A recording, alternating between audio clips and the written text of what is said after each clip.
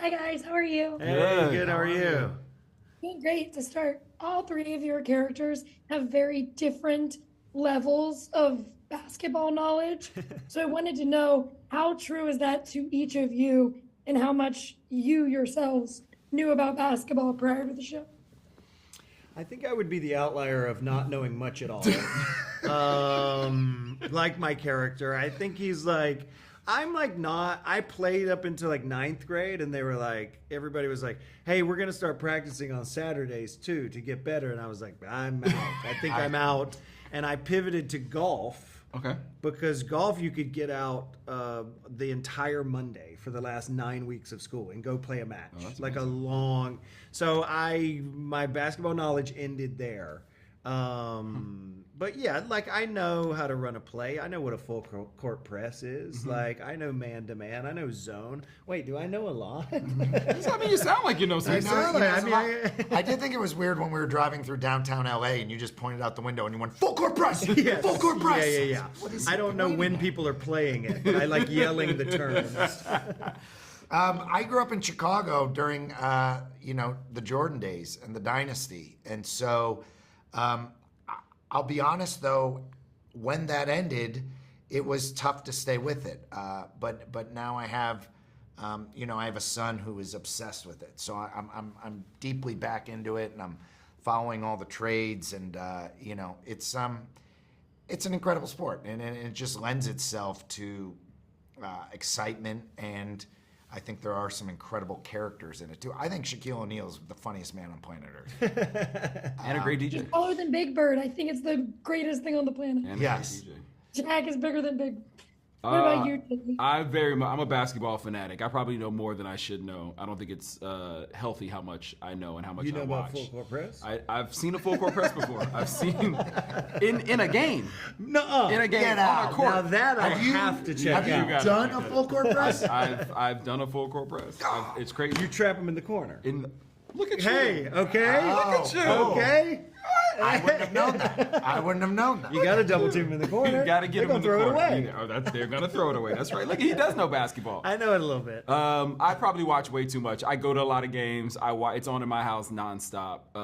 It is my safety blanket. I think in a lot of ways, NBA season is literally it's my favorite time of year. I love the idea of you getting into bed at night just pulling up a giant NBA.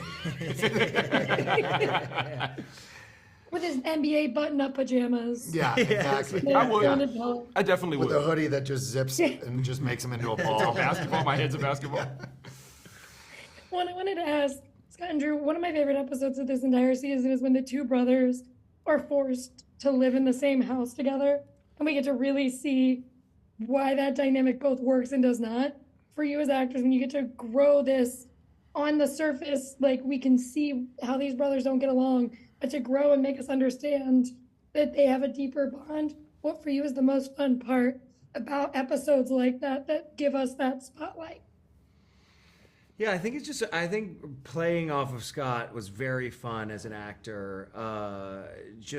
Kind of straight manning him with whatever he's eating in bed or doing or interrupting the television show that I'm watching. I think it was just comedically as actors, it was very fun. And I think Sandy's a very uptight character who, is the youngest of the siblings, and he's a little bit, they've kind of made their mistakes, and he doesn't feel like he has that he can make those mistakes.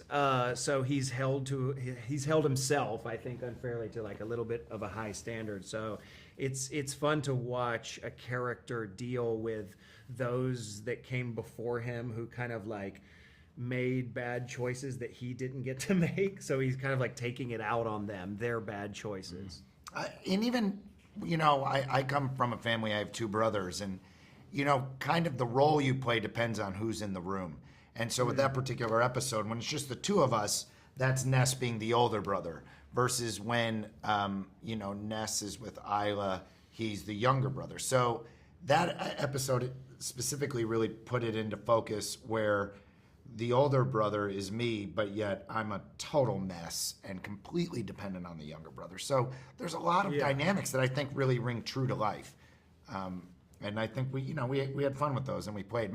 My favorite bit is just watching Sandy try to tiptoe by the bedroom, not wanting Ness to acknowledge him, which I'm pretty sure my wife and children do every time they come home when I'm home. They're like, don't let them know we're here. I worked with them for weeks, your family, on Yeah. how to avoid you seeing me.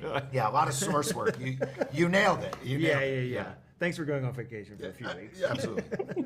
Least I could do. Thank you guys so much for talking with me. Before I leave, Jay, every time I see one of my Top Gun boys killing it, it makes me so happy. And so I loved you in this show. Thank you. Anyway, but thank you guys. I love the show a lot, and I can't wait for everyone to get to see it. Thank you. Later. See you. Thank you. Fun.